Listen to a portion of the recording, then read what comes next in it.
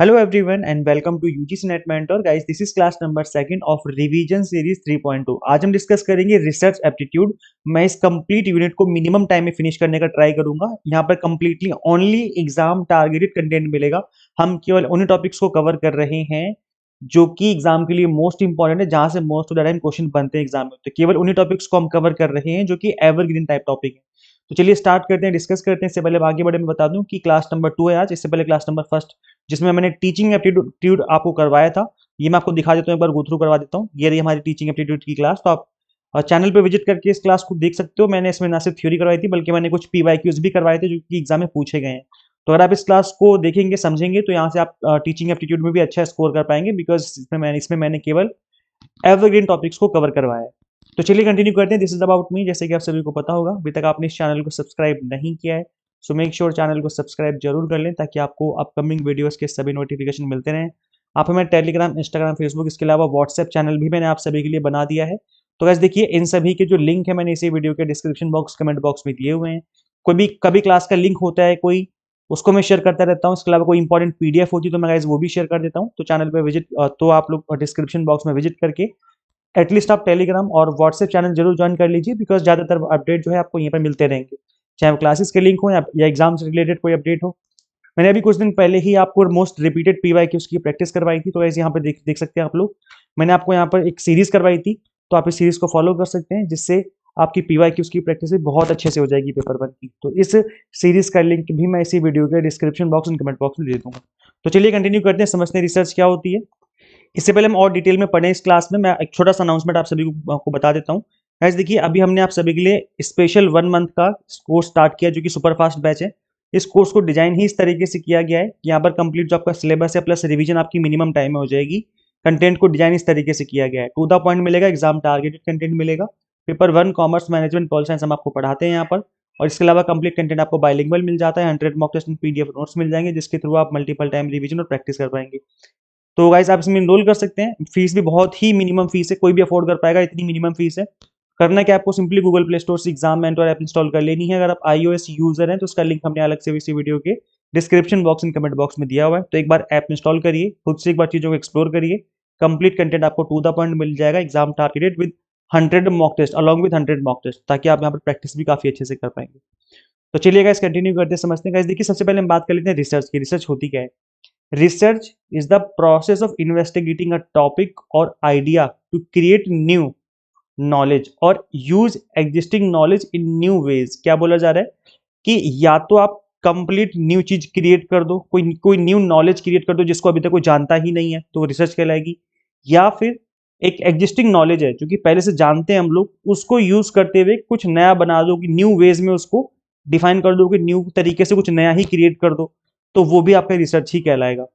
So it involves collecting, organizing and analyzing evidence to understand a topic and increase the body of knowledge। तो guys देखो, अगर simple भाषा में हम बात करें, जो हिंदी मीडियम वाले कैंडिडेट्स हमारे, कि भाई कोई नया ज्ञान बनाना रिसर्च कहलाएगा, या फिर मौजूदा ज्ञान जो है हमारे पास, जैसे हमें पता है ग्रेविटी क्या है। अब हमें पता है ग्रेविटी क्या है, हमें ग्रेविटी के बारे में पता है, हिंदी में बोले तो गुरुत्वाकर्षण। तो गाइस देखो, हमें गुरुत्वाकर्षण के बारे में अच्छे से पता है कि गुरुत्वाकर्षण क्या होता है, ग्रेविटी कैसे काम करती है। इसको यूज करते हुए मैंने कुछ नया लॉ बना दिया, नए नए तरीके से इसको इस्तेमाल कर लिया, तो वो भी रिसर्च ही कहलाएगी, क्योंकि मैं कुछ नया बना रहा हूँ पुरानी नॉलेज का यूज करते हुए। तो सिंपल टर्म्स में इसको रिसर्च कहा जाएगा। कुछ नया करना, कुछ नया बना देना, या पुरानी नॉलेज का यूज करते हुए कुछ नया बना देना, रिसर्च कहलाएगा। टाइप्स ऑफ रिसर्च की अगर हम बात करें तो यहाँ से क्वेश्चन बनते हैं आपके एग्जाम में। क्वालिटेटिव रिसर्च हो गया, क्वांटिटेटिव रिसर्च हो गया, अप्लाइड रिसर्च, डिस्क्रिप्टिव रिसर्च, इसी तरह के बहुत सारे टाइप्स होते हैं रिसर्च के। तो जो मैं आपकी आज की क्लास में आपको करवाने वाला हूँ, ये इंपॉर्टेंट रिसर्च के टाइप्स हैं, इसलिए हम इसको डिस्कस कर रहे हैं। तो सिर्फ इतने ही नहीं होते जितने आपको स्क्रीन पे दिख रहे हैं, और भी होते हैं। मैंने यहाँ पर ओनली 7 डाले, बट इसके अलावा और भी होते हैं, लेकिन ये एग्जाम के लिए ज्यादा इंपॉर्टेंट है, बट इसलिए मैं इनको करवा रहा हूँ आप सभी के लिए यहाँ पर। तो गाइस देखिए, नाम से पता चल रहा है क्वालिटेटिव रिसर्च। क्वालिटेटिव का मतलब क्या हुआ? जो कि नॉन न्यूमेरिकल हो, जहां पर क्वालिटी पे फोकस किया जाए। सो यहाँ पे क्या होता है? Involves collecting and analysing non numerical data such as text हो गया, video, audio, to understand concept, opinion और experience. Qualitative research is often used to explore new topics, generate hypothesis and gain a deep understanding of a phenomena. तो यहाँ पर हम चीजों को समझ तो रहे हैं, चीजों की रिसर्च तो कर रहे हैं, बट नॉन न्यूमेरिकल डेटा का यूज करते हुए। तो यहाँ पर जो हिंदी मीडियम वाले स्टूडेंट्स हैं, आप लोग घबराए नहीं, मैंने आप सभी के लिए भी कंटेंट डाला हुआ है, तो आप वीडियो को पॉज करके पढ़ सकते हैं। गुणात्मक शोध बोलते हैं इसको हम लोग। इसमें क्या होता है, विचारों या अनुभवों को समझने के लिए पाठ, वीडियो या ऑडियो जैसे गैर सांख्यिकी डेटा को एकत्रित किया जाता है, उसका विश्लेषण करना शामिल है। समझते हैं उसको हम लोग डिटेल में, परिकल्पनाएं बनाते हैं और किसी घटना की गहरी समझ हासिल करने का जो काम इसके अंदर किया जाता है। तो सिंपल है, हमें रिसर्च करनी है लेकिन क्वालिटेटिव टर्म्स में करनी है, हमें न्यूमेरिकल पोर्शन ना लेकर के हमें क्वालिटी वाला पोर्शन लेना है। तो इसको कहा जाएगा क्वालिटेटिव रिसर्च। और नाम से पता चल रहा है क्वांटिटेटिव रिसर्च का मतलब क्या हो गया, क्वांट का मतलब हो गया न्यूमेरिकल डेटा हम कलेक्ट करेंगे और फिर हम इसकी रिसर्च करेंगे, स्टडी करेंगे, अलग अलग टेस्ट लगाएंगे। तो यहाँ पर mathematical, statistical and computer aided tools का यूज किया जाता है। Quantitative research is good for reaching a large number of people in short amount of time. तो इसमें क्या है कि एक लार्ज अमाउंट ऑफ पीपल को आप स्टडी कर सकते हो न्यूमेरिकल डेटा का यूज करते हुए, इसीलिए इसको हम लोग क्वांटिटेटिव रिसर्च कहते हैं। सिंपल टर्म्स में बात करें तो इसके अंदर न्यूमेरिकली वैल्यूज को यूज किया जाता है और यहाँ पर इन नंबर्स का यूज करते हुए हम लोग रिजल्ट ड्रॉ करते हैं, जैसे एवरेज निकालना, परसेंटेज निकालना, वो सब क्वांटिटेटिव रिसर्च में किया जाता है। नेक्स्ट इसमें आती है आपकी applied research. It involves finding practical solution. क्या बोला जा रहा है, हम यहाँ पर सॉल्यूशन पे बात कर रहे हैं। प्रैक्टिकल सॉल्यूशन का हमें सॉल्यूशन निकालना है प्रॉब्लम्स का, तो existing problems such as infrastructure हो गया, कंजर्वेशन हो गया। Applied research uses empirical methodology such as experiment हो गए to develop an understanding of new knowledge. तो यहाँ पर क्या है कि हमें प्रॉब्लम के सॉल्यूशन पे फोकस होता है कि प्रॉब्लम क्या है, उसका सॉल्यूशन हमें निकालना है। और इसके अंदर इंपीरिकल रिसर्च की जाती है जिसमें हम डेटा कलेक्ट करते हैं। फील्ड स्टडी हो सकती है या फिर हम एक्सपेरिमेंट तक कर सकते हैं, जिसके थ्रू हम लोग क्या करेंगे, सॉल्यूशन निकालने की कोशिश करेंगे। तो इस तरह की अगर हम रिसर्च कर रहे हैं तो अप्लाइड रिसर्च कहलाएगी। डिस्क्रिप्टिव रिसर्च में क्या होता है guys, it involves describing the characteristics of a population systematically and accurately. Descriptive research uses survey, observational study and case study to gather qualitative और quantitative data।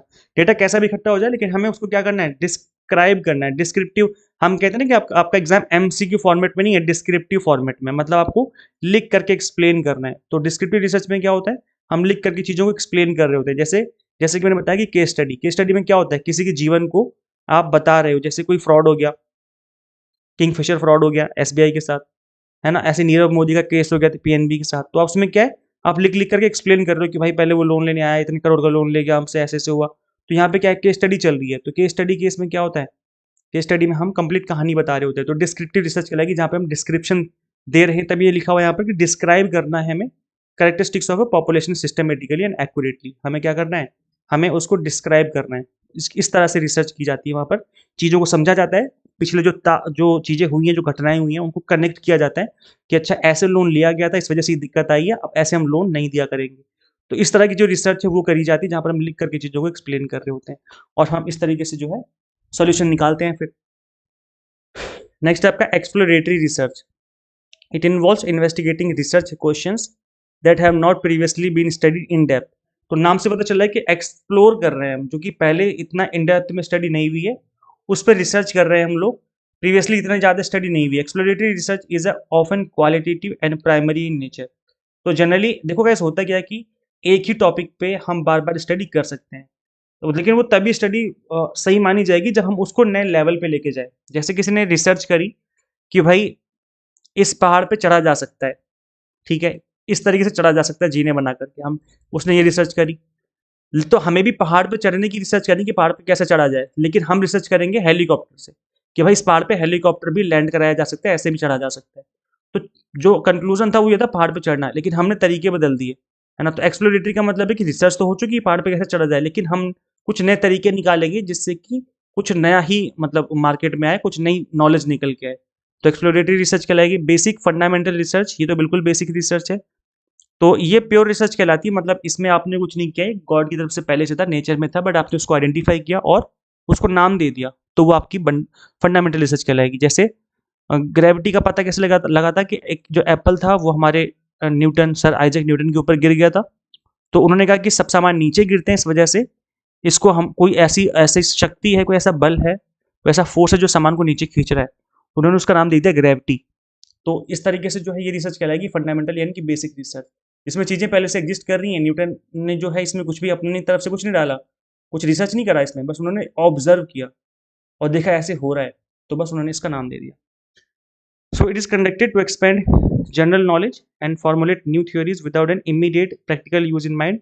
Discoveries from basic research often form the foundation of for future applied research. तो ये जो है research ऐसी है जो कि हो जाती है और इसको बाद में कई दूसरी रिसर्च के लिए यूज़ किया जाता है। बेसिक रिसर्च जो सिंपल रिसर्च होती है, जो ऑलरेडी एग्जिस्ट करती है बट उसको अभी तक आइडेंटिफाई नहीं किया गया। एक्सपेरिमेंटल रिसर्च क्या होती है? नाम से पता चल रहा है कि यहाँ पर एक्सपेरिमेंट हो रहे होंगे। A systematic and objective investigation where the researcher manipulates one or more variables in a controlled environment to determine cause and effect relationship। तो यहाँ पर क्या होता है कि हम एक्सपेरिमेंट करते हैं। जैसे मैं अपना एग्जांपल देता हूँ कि पैरासीटामोल कोरोना पे असर करेगी या नहीं करेगी। तो यहाँ पे क्या होगा, एक्सपेरिमेंटल रिसर्च करेंगे, हम लोग करके देखेंगे, एक्सपेरिमेंट होंगे, बार बार देखेंगे, डोज बढ़ा के देखेंगे, डोज कम करके देखेंगे। तो इस तरह की जो भी रिसर्च होगी आपकी एक्सपेरिमेंटल रिसर्च कहलाएगी। अब मैं एक बार वीडियो को पॉज कर देता हूँ। अगर आप हिंदी मीडियम के कैंडिडेट हैं तो आप एक बार गो थ्रू कर लीजिए इस चीज़ को, ताकि आपको समझ में आ जाए और अच्छे से। चलिए गाइस आगे कंटिन्यू करते हैं। एक टॉपिक जो कि अगेन काफी इंपॉर्टेंट है, that is sampling method.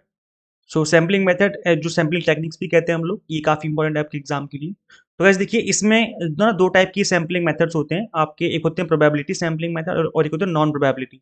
Probability का मतलब ये होता है कि जहां पर जो आपका सैंपल है, सैंपल तो आप लोग समझते हैं ना, नहीं समझते तो मैं बता दूं।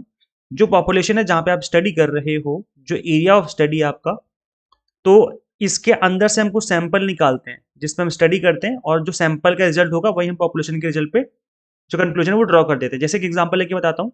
हाँ, ये कुकर है हमारा। कुकर में हम ये पता लगाना है कि जो इसके अंदर चावल है क्या वो पक चुके हैं क्या। तो हम क्या करेंगे, कुछ 4-5 दाने निकाल लेंगे। 3 सीटी लग जाएंगी तो 4-5 दाने निकाल लेंगे और चेक करेंगे कि क्या वो चावल गल चुके हैं। तो वो सैंपल कहलाएगा, क्योंकि इसमें कुछ 4-5 दाने हैं हमारे। हमने देखा कि चावल गल चुके हैं, वो जो हमने 4-5 दाने निकाले वो गल चुके हैं। तो हमने क्या रिजल्ट निकाला, हम यहाँ पे ये रिजल्ट निकाल सकते हैं कि हाँ भाई, जो यहाँ पर कुकर में चावल बने हैं वो सबके सब गल चुके हैं। तो इसे कहा जाएगा सैंपल। जो 4-5 दाने हैं और जो कुकर के अंदर चावल है इसे कहा जाएगा पॉपुलेशन।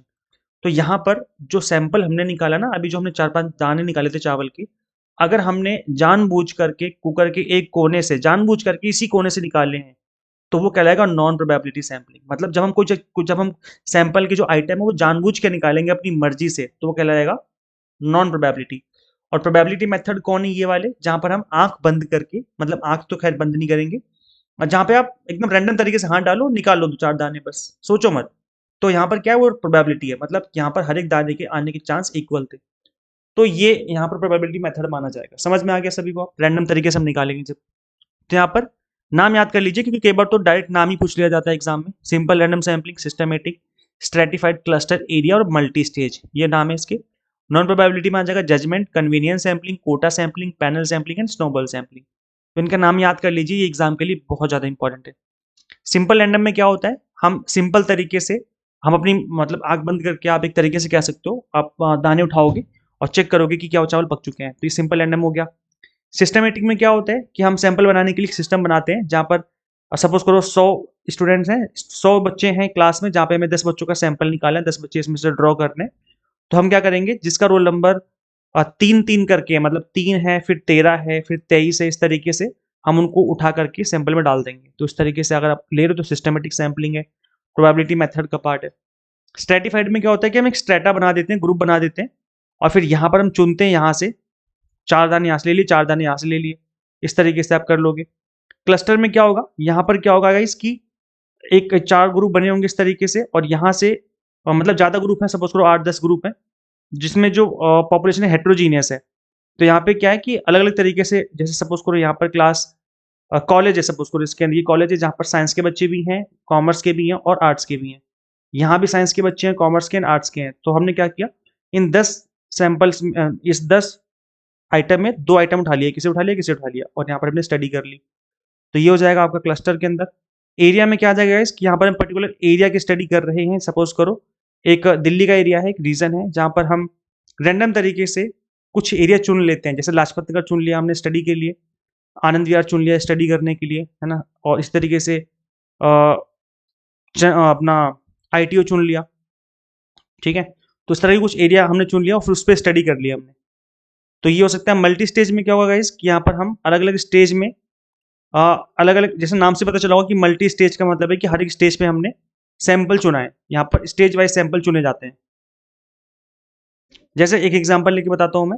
हमारे इंडिया में इतने सारे स्टेट्स हैं, हमने हर एक स्टेट के अंदर ये देखा कि भाई हर एक स्टेट के अंदर कितने कितने कॉलेज हैं, 50-50 कॉलेज हैं सभी में, हमने ये देखा, ठीक है। तो हमने एक काम किया, इन सभी स्टेट्स में हमने रैंडम तरीके से 5-5 कॉलेज ले लिए। तो यहाँ पर सपोज़ करो 5 स्टेट में हम स्टडी कर रहे हैं तो 25 कॉलेज हो गए। अब इन 25 कॉलेजों में हमने जब विज़िट किया, तो हमने क्या देखा कि इन 25 कॉलेजों में जो नंबर ऑफ स्टूडेंट्स है बहुत ज़्यादा है। तो हमने क्या किया कि इन सभी कॉलेजेस में विज़िट करके हमने जो सेक्शन ए था, केवल उन स्टूडेंट्स को उठा लिया। हमने देखा सेक्शन ए के अंदर भी काफ़ी ज़्यादा बच्चे हैं, तो हमने क्या किया, जो सेक्शन में जो बच्चे फ्रंट पे बैठ के स्टडी करते थे, फ्रंट के 2-3 1-2 डेस्क पे बैठ के स्टडी करते थे, उनको उठा लिया। यहाँ से सैंपल बन गया हमारा। तो यहाँ पे आपने देखा कि स्टेज बन गई, एक ये स्टेज, फिर ये स्टेज, फिर ये स्टेज, फिर फाइनल सैंपल मिल गया। तो इसे कहा जाएगा मल्टी स्टेज सैंपलिंग। और इसी तरीके से आपका जजमेंट सैंपलिंग हो जाएगा, जहाँ पर हमने अपने जजमेंट से जो है चीज़ों को चुना, जिसमें हमारी एक्सपर्टीज़ थी, जो हमें सही लगा लगा हमने उसको चुन लिया। तो जजमेंट सैंपलिंग ये हो जाएगा। अब यहाँ पे आपकी मर्ज़ी चलेगी, इसलिए नॉन प्रोबेबिलिटी हो गया। कन्वीनियंट सैंपलिंग का मतलब है कि जो हमारे लिए कन्वीनियंट था हमने उसको चुन लिया। जैसे जैसे कुकर की सीटी वाला एग्ज़ाम्पल था कि कुकर में चावल बन चुके हैं, तो इसमें आपने देखा कि जो कुकर के ऊपर चावल है वो आपके लिए चुनना बहुत ईज़ी है, लेकिन जो कुकर के नीचे चावल है यहाँ पर तली में, उनको चुनना बहुत मुश्किल है। तो आपने क्या किया, ऊपर की चावल चुन लिए, बस बात खत्म। तो ये कन्वीनियंस बोला जाएगा, मतलब जो आपके लिए कन्वीनियंट लगा आपने उसको चुन लिया और बाकी छोड़ दिए। तो ये कन्वीनियंस सैंपलिंग हो जाएगा। कोटा सैंपलिंग का मतलब क्या है कि यहाँ पे हमने कोटा फिक्स कर दिया है। जैसे एग्जाम्पल के लिए अगर हम बात करें गवर्नमेंट जॉब में कि अगर 100 पोस्ट निकली हैं, तो इसमें 27% पोस्ट ओबीसी को जाएंगी और यहाँ पर बाकी फिर एससी एसटी को जाएंगी और बाकी जो बचेगा वो जनरल को जाएंगी। तो यहाँ पे क्या हमने कोटा फिक्स कर दिया कि मतलब हर एक कैटेगरी से हमें इतने इतने लोग लेने ही हैं। जैसे एग्जाम्पल के लिए एक और एग्जाम्पल देता हूँ मैं, मॉल में हमें स्टडी करनी है कि मॉल में कितने लोग घूमने आते हैं, या यहाँ पर किस तरीके से जो है लोग यहाँ पर शॉपिंग करते हैं। तो हमने क्या किया, हमने एक जो डेटा लेना है 50 लोगों का, इसमें हमने कोटा फिक्स कर दिया कि भाई इसमें से 30 लोग मेल होने चाहिए और बाकी 20 लोग फीमेल होने चाहिए। इस तरीके से हमने कोटा फिक्स कर दिया। तो ये क्या है, कोटा सैंपलिंग है, जहाँ पर हमने एक नंबर ऑफ परसेंटेज जो फिक्स कर दिया कि हमें इतने लोग चाहिए ही चाहिए। पैनल सैंपलिंग का मतलब क्या है, एक पैनल बनता है जिसके ऊपर हम लोग स्टडी करते हैं बार बार। तो जैसे एक इसका एग्जाम्पल मैं हमेशा देता हूँ, जियो। जब जियो ने अपनी सिम लॉन्च करी तो उन्होंने क्या किया, पहले अपने एम्प्लॉय को सिम दे दी कि भाई आप लोग ये काम करिए, इस सिम का यूज़ करिए और देखिए कैसा चल रहा है, मतलब इंटरनेट कैसे चल रहा है, नेटवर्क कैसे आ रहे हैं। तो उन्होंने एक बार में स्टडी नहीं करी, पहले इनको एम्प्लॉय को अपनी जियो सिम बांटी, 1 महीना उन्होंने यूज़ किया। फिर उन्होंने देखा कि हाँ भाई कुछ गड़बड़ आ रही है, कुछ इस तरीके से काम करो, तो अगले महीने फिर से उन्होंने उनको यूज़ करने के लिए दिया गया। फिर 1 महीना और यूज़ करने के लिए दिया गया, फिर 1 महीना और यूज़ करने के लिए दिया गया। तो पैनल सैंपलिंग में क्या होता है कि हम सेम ग्रुप से, मतलब जो हमारे एम्प्लॉई हैं या जो भी हमारा सैंपल है, जो भी हमारा एरिया ऑफ स्टडी है, उसको हमने क्या किया, बार-बार स्टडी करी, उसी उसी ग्रुप पे बार-बार स्टडी करी और फिर जाके हमने रिजल्ट ड्रॉ कर दिया कि किस तरीके से चीज़ें काम कर रही हैं। तो इसे कहा जाएगा पैनल सैंपलिंग, जहाँ पर हम एक पैनल बना देते हैं और उसी पे हम बार-बार स्टडी करते हैं 4-5 बार, 6 बार। स्नोबॉल सैंपलिंग, नाम से पता चल रहा है स्नोबॉल का मतलब है कि एक स्नो की बॉल है, मतलब स्नोबॉल है और यहाँ पर एक चेन से बनी होती है और यहाँ पर मतलब ये जो चेन है वो बन जाती है, इसकी वजह से बॉल लुढ़कती हुई आएगी ना नीचे, तो बाकी लोगों को टच करती हुई जाएगी। जैसे एग्जांपल के लिए कोई ड्रग्स लेता है, तो हमने देखा कि भाई पर्सन ए जो ड्रग ले रहा है, अब हमें नहीं पता कि दूसरा बंदा कौन ड्रग लेता है, तो हमने उससे पूछा कि दूसरा बंदा कौन है, वो बताएगा बी भी ड्रग लेता है, बी बताएगा सी ड्रग लेता है। इस तरीके से हमने एक सैंपल बना दिया। तो यहाँ पर स्नोबॉल सैंपलिंग कहलाएगा, जहाँ पर जो हमारे आइटम होते हैं वो हार्ड टू रीच होते हैं, उनको तक पहुँचना बहुत मुश्किल होता है, तो एक दूसरे को बताते जाते हैं और हम लोग उन तक पहुँचते जाते हैं। नेक्स्ट इसमें आता है गाइस आपका प्लेजरिज्म, जो कि एग्जाम के लिए काफी इंपॉर्टेंट टॉपिक है, यहाँ से बार बार क्वेश्चन बने एग्जाम में। प्लेजरिज्म का मतलब होता है किसी काम को चोरी करना, स्पेशली आज जब आप रिसर्च काम कर रहे हो तो रिसर्च के काम को चोरी नहीं करना चाहिए। इंटेलेक्चुअल थेफ्ट बोला जाता है, मतलब आपने आपके किसी बौद्धिक चोरी करी, किसी दिमाग के किए हुए काम को आप चोरी कर रहे हो, तो यहाँ पर इस तरह की जो रिसर्च में चोरी की जाती है, हम किसी काम को कॉपी कर लेते हैं विदाउट उसको क्रेडिट दिए हुए, है ना, तो उसे कहा जाएगा प्लेजरिज्म। अब यहाँ पर प्लेजरिज्म जो है इसकी कुछ टाइप्स होते हैं जिसको समझना आपको जरूरी है। डायरेक्ट प्लेजरिज्म होता है जहाँ पे आप किसी के काम को डायरेक्टली कॉपी कर लो, बिना बिना उसके वर्ड में कुछ चेंज करे, डायरेक्ट आपने कॉपी कर लिया, वर्ड टू वर्ड कॉपी कर लिया आपने। नेक्स्ट आता है आपका सेल्फ प्लेजरिज्म, जहाँ पे आपने खुद के काम को कॉपी कर लिया, जैसे मैंने एक रिसर्च पेपर लिखा, उसको पब्लिश करा दिया। अब अगले साल जब मैं एक रिसर्च पेपर लिख रहा हूँ तो यहाँ का मैंने इसके 2 पेजेस कॉपी कर दिए, इसमें डाल दिए, इस जगह कहा जाएगा सेल्फ प्लेजरिज्म, मतलब अपने ही काम को मैंने कॉपी पेस्ट कर दिया। नेक्स्ट नेक्स्ट आपका पैराफ्रेजिंग प्लेजरिज्म। इसमें क्या होता है कि हम किसी के काम को अपने खुद के शब्दों में लिखते हैं। जैसे एग्जांपल देता हूँ मैं कि मैंने खाना खा लिया है, जैसे मैंने खाने में दाल रोटी खा ली है, ये मैंने लिखा। और उसके बाद कि मेरे काम को कोई चोरी कर ले, कोई बोले कि दाल रोटी खा ली है मैंने, तो ये क्या है, आज मैंने खाना खा लिया दाल रोटी, और दाल रोटी खा ली है मैंने। तो एक्टिव पैसिव कर दिया, मतलब आपने पैराफ्रेज कर दिया, बात वही है लेकिन आपने अपने शब्दों में लिख दिया, तो इसे भी एक तरीके से चोरी ही कहा जाएगा। एक्सीडेंटल प्लेजरिज्म होता है, मतलब कोई जानबूझ के नहीं करता, बट अनइंटेंशनली चीजें चोरी हो गई, मतलब गलती से किसी का कॉपी कर लिया हमने और उसको हम क्रेडिट देना भूल गए, तो ये जो कहलाएगा एक्सीडेंटल प्लेजरिज्म। नाम से पता चल रहा है। कंप्लीट प्लेजरिज्म का मतलब है कि कंप्लीट आपने पूरी की पूरी थीसिस उठाई और या फिर रिसर्च पेपर उठाया, उसका नाम डिलीट किया, अपना नाम लिखा और पब्लिश करा दिया, तो ये क्या है, कंप्लीट किसी के काम को चोरी कर लेना, नाम से पता चल रहा है। ठीक है, हिंदी मीडियम वाले कैंडिडेट समझ में आ गया ना। प्रत्यक्ष चोरी, स्व साहित्यिक चोरी, मतलब खुद खुद के काम को चोरी कर लेना। साहित्यिक चोरी, आकस्मिक साहित्यिक चोरी, पूर्ण साहित्यिक चोरी। तो ये है, बाकी आप एक बार पढ़ लेना, मैंने तो एक्सप्लेन हिंदी में ही किया है। प्लेजरिज्म की जो पेनल्टीज हैं वो एग्जाम में पूछ ली जाती है, तो गाइस याद रखिए। लेवल इसके 4 होते हैं, क्योंकि 0 से शुरू होता है, तो 0, 1, 2, 3 इस तरीके से काउंट करेंगे तो यहाँ पे टोटल 4 लेवल होते हैं। एग्जाम में पूछा गया कितने लेवल है, तो आप आंसर करेंगे 4, ना कि 3। तो वैसे तो देखा जाए 3 होंगे, क्योंकि यहाँ पर 0 से स्टार्ट होता है, लेकिन काउंट करेंगे तो 4 लेवल होते हैं। तो एग्जाम में पूछा जाए, एक बार पूछा गया था कि कितने लेवल होते हैं, तो 4 आंसर करना है आपको। 0 लेवल पे होता है जहाँ पर 10% तक की चोरी करी गई है, तो यहाँ पर कोई पेनल्टी नहीं लगेगी, नो पेनल्टी, है ना, माइनर सिमिलरिटी। लेवल 1 होता है जहाँ पर 10 से 40% तक की चोरी करी है, तो यहाँ पर आपको अपना विड्रॉ करना पड़ेगा मैन्यूस्क्रिप्ट जो भी आपने सबमिट किया थीसिस या एसेस पेपर। दूसरा आपका सिमिलरिटी 40% से लेकर के 60% तक पाएगी, तो उस केस में क्या होगा, मैन्यूस्क्रिप्ट विड्रॉ करनी है, shall not be entitled to an annual raise, मतलब कि गाइड को जो फैकल्टी उनको रेज नहीं मिलेगा, 1 साल का प्रमोशन नहीं मिलेगा, पैसे नहीं बढ़ेंगे उनके, और वो एनी न्यू मास्टर और एमफिल डिग्री वाले स्टूडेंट्स को भी 2 साल तक गाइड नहीं कर पाएंगे। और अगर 60% से ज़्यादा सिमिलरिटी पाएगी, तो उस केस में क्या होगा, मैन्यू स्क्रिप्ट जो है विड्रॉ हो जाएगी।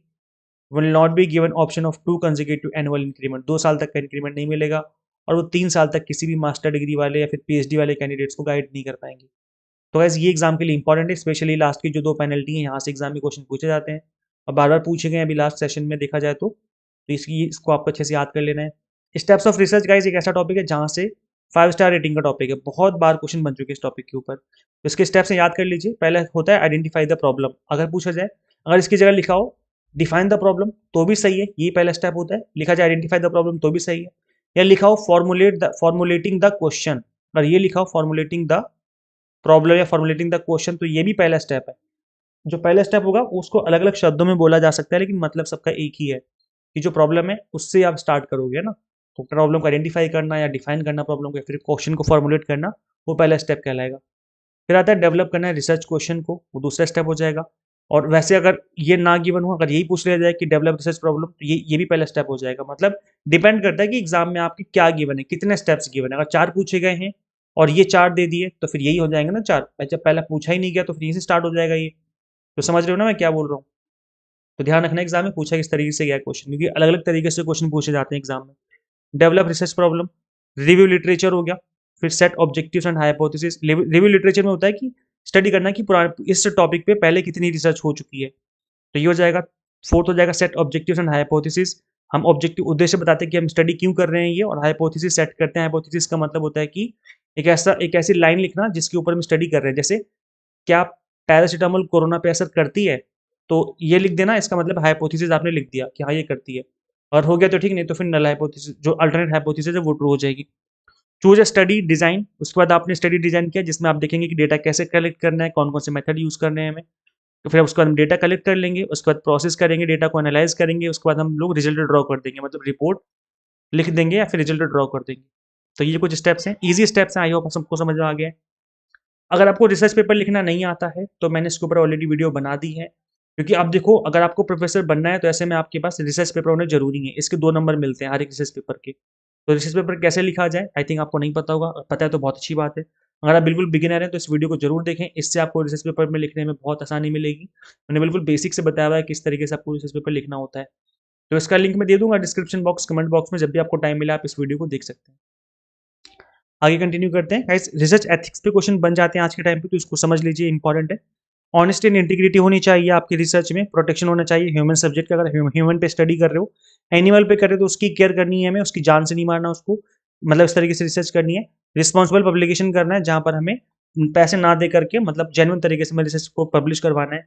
कॉन्फिडेंशियल रहना है, हमारा जो डेटा रखा है हमने दिया है उसके पर्सनल नेम जो हमें रिवील नहीं करने की, कहाँ से डेटा किस तरीके से इकट्ठा किया है। रिस्पेक्टिंग कॉपीराइट, किसी दूसरे के काम को कॉपी नहीं करना, हमें खुद के काम को बनाना है।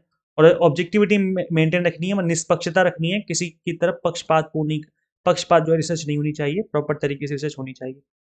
रिसर्च प्लेजरिज्म के सॉफ्टवेयर एग्जाम में पूछ लिए जाते हैं guys, तो ये भी आपके एग्जाम के लिए आज के टाइम पे इंपॉर्टेंट हो गया है। ग्रामरली कॉपी लीक्स हो गया, आइथेंटिकेट, प्रो राइटिंग एड, प्लेजरिज्म हो गया, प्रीपोस्ट सीओ हो गया, इसके अलावा क्यू टेक्स्ट हो गया, plagiarism detector, flag scan, unitcheck scriber, Turnitin हो गया, इसके ऊपर तो पहले भी क्वेश्चन बन चुका है, small SEO tool, Copyscape, PaperRater, Duplichecker, Duplagiarism. तो इस तरह के बहुत सारे सॉफ्टवेयर बन चुके हैं जो कि आपके एग्जाम में बार बार पूछे जाते रहते हैं, पूछे जा चुके हैं। अब गाइस देखो, इसके अलावा भी एक टॉपिक इंपॉर्टेंट है, दैट इज शोध गंगा।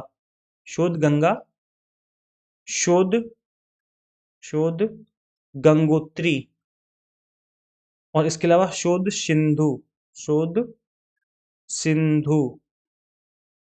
ये आपको एक बार गो थ्रू कर लेने हैं। अगर आपको पता है इनके बारे में, थोड़ा सा भी नॉलेज रखते हो, तो कमेंट सेक्शन में बताइए कि ये क्या होते हैं। मुझे कमेंट करके बताइए किस चीज़ से रिलेटेड है। शोध गंगा जो है वो थीसिस से रिलेटेड है, फिर रिसर्च पेपर से रिलेटेड है।